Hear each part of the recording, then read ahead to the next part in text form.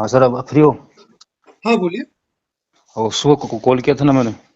जी, जी, बोलिए। वो कोई हमारा कोई बंधन बैंक का लोन था। किस अच्छा, अच्छा। हाँ, हाँ, बोलो आप। तो उसमें महिला ग्रुप लोन था और उसमें एक कोई कंडीशन खराब हुई, बिजनेस लॉस हुआ और वो नौकरी चली गई, तो वो पेमेंट ईएमआई नहीं जमा करवा सके। 2 साल हो गई, 2 1.5 साल हो गई।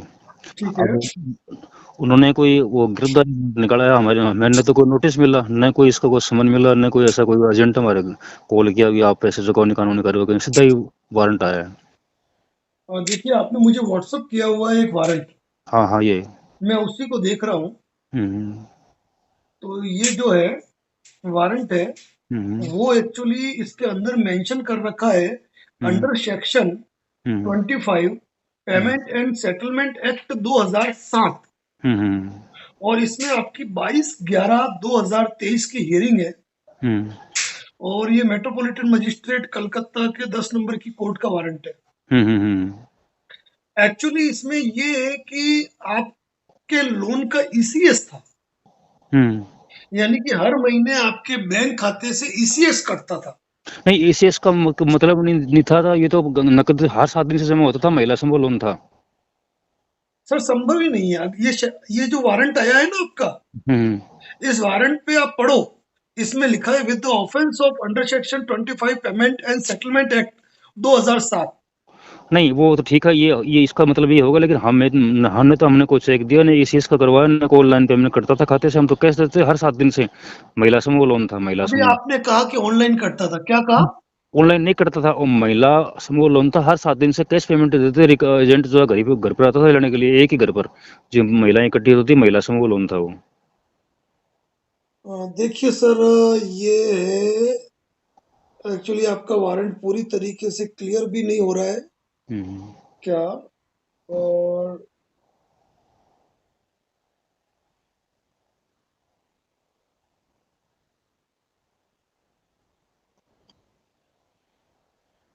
बंधन बैंक हम्म लिमिटेड वर्सेस हम्म वनिता, बिल्कुल। हम्म अब मेरी बात सुन लीजिए आप। जी जी जी। एक्चुअली ये जो नोटिस है, हम्म सॉरी, ये जो वारंट है, हम्म ये under section 25 payment and the settlement act का है। हम्म अब पेमेंट एंड सेटलमेंट एक्ट में, इस एक्ट के अंतर्गत हम्म कोई भी वारंट तभी जारी होता है हम्म। जब आपने कोई मासिक किस्त कर रखी हो जो आपके बैंक खाते से कटती हो। हाँ, तो ये ऐसा नहीं था हमारा। ऐसा संभव ही नहीं है सर। नहीं, नहीं था तो हमारा तो। मेरी बात सुन लीजिए। हम्म इस केस का प्रोसेस ये होता है कि इस केस को फाइल करने से पहले आपके घर पे लीगल नोटिस वकील ने भेजा है। नहीं, वो नोटिस। हाँ हाँ। आपने रिसीव किया, नहीं किया, नोटिस वापस गया। हम्म कोर्ट इस पे कॉग्निजेंस तब लेता है जब आपके मासिक किस्त की बाउंसिंग से संबंधित R7 रिपोर्ट, हम्म आपको भेजा गया एडवोकेट नोटिस, हम्म उसकी डाक रसीद, हम्म डिलीवरी रिपोर्ट या रिटर्न लिफाफा, हम्म आपके लोन संबंधी या इस पेमेंट से संबंधी डॉक्यूमेंट हम्म अगर रिकॉर्ड पे लगे हैं, तभी कोर्ट इस मामले में कॉग्निजेंस लेकर आपको समन जारी करता है। हम्म समन के बाद यदि आपको समन तामील नहीं होता है लगातार किसी भी कारण से, हम्म फिर वारंट बेलेबल वारंट कन्वर्ट होता है और हम्म। फिर अरेस्ट वारंट कन्वर्ट होता है। ये तो अवेलेबल है, इसमें लिख रखा है बेल। किसमें? इसमें लिख रखा है, ये मोर के नीचे बेल, गिव द बेल। कहाँ पर लिख रखा है? पढ़ दे के बारे मोर, ये मोर जो लगी हुई है इसके नीचे लिख रखा है गिव द बेल, ऐसे कुछ लिख नहीं, रखा एक्चुअली एक बात देखिए है। कि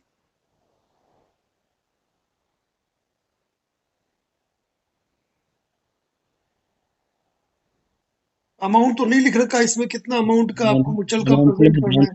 ब्रांच से पता है क्या, 1,69,000 रुपये देना है टोटल। नहीं, नहीं, ये नीचे क्रॉस कर रखा है, काट रखा है। हाँ मतलब ये अरेस्ट वारंट है। अब आपको क्या करना है वो बता देता हूँ मैं। हाँ। अब आपको कलकत्ता की जो 10 नंबर की कोर्ट है, हम्म वहां पर जाके अपने को अपनी बेल करवानी पड़ेगी।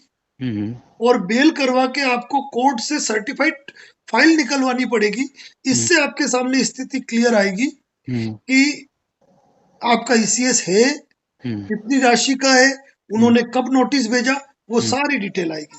अच्छा अच्छा अच्छा अच्छा। ठीक है ना। और ईएमआई तो आपके खाते से कटी है, हम्म या भले क्लियर नहीं हुई है, हम्म लेकिन मासिक किस्त आपकी इसकी थी, तभी कोर्ट ये नोटिस जारी करता है।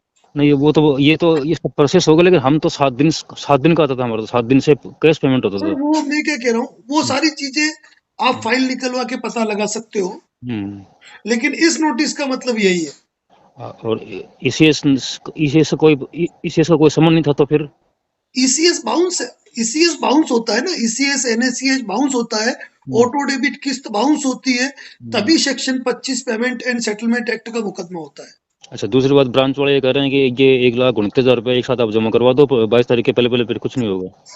नहीं, आप इस भरोसे मत रहिए, ये हम्म। मासिक किस्त है, जिस महीने की किस्त आपकी बाकी है ना, उस एक महीने का मुकदमा है ये। टोटली अमाउंट ड्यू है 1,29,000 रुपये? नहीं, ये टोटल पेमेंट का नहीं है, इसमें लिखा नहीं है ना? हाँ। ये केवल आपके एक मासिक किस्त का है बस। अच्छा, अच्छा, अच्छा। ठीक है ना? ठीक बात है। तो आप हम्म। उधर पूछेंगे सर, जैसे मैं आपसे फेस मिलूं तो? नहीं, मुझसे मिलके क्या करना है आपको, एक्चुअली मैटर तो आपका कलकत्ता का है, आपको वहां के एडवोकेट से कंसल्ट करना पड़ेगा। अच्छा, वहाँ से सरकारी वकील भी कर सकते हैं? नहीं, कोई सरकारी वकील नहीं होता है इसमें, प्राइवेट वकील ही करना पड़ेगा आपको, हम्म। और वो ही आपकी बेल वगैरह कराएंगे। हाँ, बेल तो हो ही जाएगी। हाँ, बेल तो हो जाएगी, हम्म। बेलेबल ऑफेंस से कोई ऐसा इश्यू नहीं है। सुनिए, हाँ, ठीक ठीक बात है है ना, सर। वैसा कोई नहीं, जाते ही आपको कोई गिरफ्तार कर लेंगे, लेकिन ये है कि यहाँ पुलिस आपको अरेस्ट कर सकती है, हम्म। क्योंकि पुलिस के पास आपका अरेस्ट वारंट है। हाँ, तो पुलिस आ जाएगी कि हमारे फिर, या हम चले आप जाएंगे? कलकत्ता के किसी वकील से संपर्क करें और हम्म। अपनी बेल कराएं। हाँ, तो वो कराएं, लेकिन हम चले जाएं या पुलिस साथ जाएगी?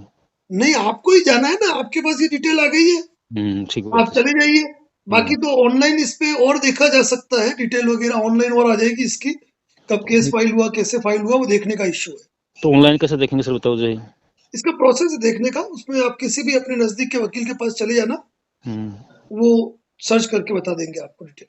वो तो नजदीकी वकील तो इससे कहीं राजस्थान में देख सकते हैं, कलकत्ता में नहीं देख सकते नहीं नहीं, ऑनलाइन? कहीं का भी देख सकते हैं, ऐसा कोई इश्यू नहीं है। अच्छा, अच्छा, अच्छा, अच्छा। ठीक है ना? ठीक बात है, ठीक है, ठीक है, चलो धन्यवाद सर, थैंक यू। हम भी ओके। खुद ब्राह्मण है सर, हम भी जाति भाई हैं। जी जी जी, बिल्कुल बिल्कुल। इसका कोई सोल्यूशन निकले तो क्या करें? कोई दिक्कत नहीं, आपको और गाइड कर देंगे, ठीक हाँ, है ना? वो तो ब्रांच वाले तो मैंने कहा साहब इतना पैसे हम एक साथ जमा नहीं करवा सकते, आप थोड़ा पेमेंट जमा कर दो दो, जैसे अभी 20,000 50,000, बोले नहीं एक साथ जमा कराओ फिर कुछ नहीं होगा। हम्म ये कह रहे हैं, हम्म वो तो ऐसे करें। हम्म। ठीक। एक्चुअली इसके लिए प्रोसेस ये है कि आपने जो लोन लिया है ना, हम्म, जिस ब्रांच से लिया है, हम्म, और आपको यदि ऐसा लग रहा है हम्म।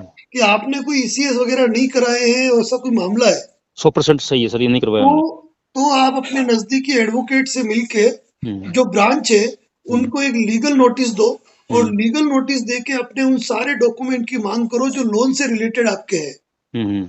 जिसमें loan application form, agreement. Guarantor form, आपका जो एग्रीमेंट है वो एग्रीमेंट, हाँ, क्या जो हाँ, लोन आपको दिया हाँ। उसकी डिटेल, आपने जो जमा करवाया उसकी डिटेल, ठीक, ठीक, हाँ, ये हाँ, पूरी डिटेल आप बैंक से लो, ताकि हाँ। आपको और भी क्लियर हो जाएगा।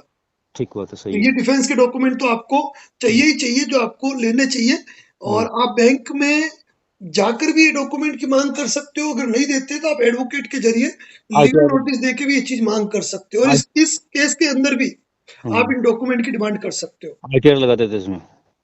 बिल्कुल, आप प्रयास करें, बिल्कुल, और ठीक है ये ना? उसमें यदि ये 100% ईसीएस नहीं था तो फिर? ईसीएस नहीं होता तो केस ही नहीं होता। अच्छा, ये बात है। ईसीएस तो है, हाँ। आपका ईसीएस है, हर महीने कट रहा है, आप अपने बैंक स्टेटमेंट उठा के देखें। ठीक बात, सही ठीक है। है ना? ठीक। ठीक है, ओके।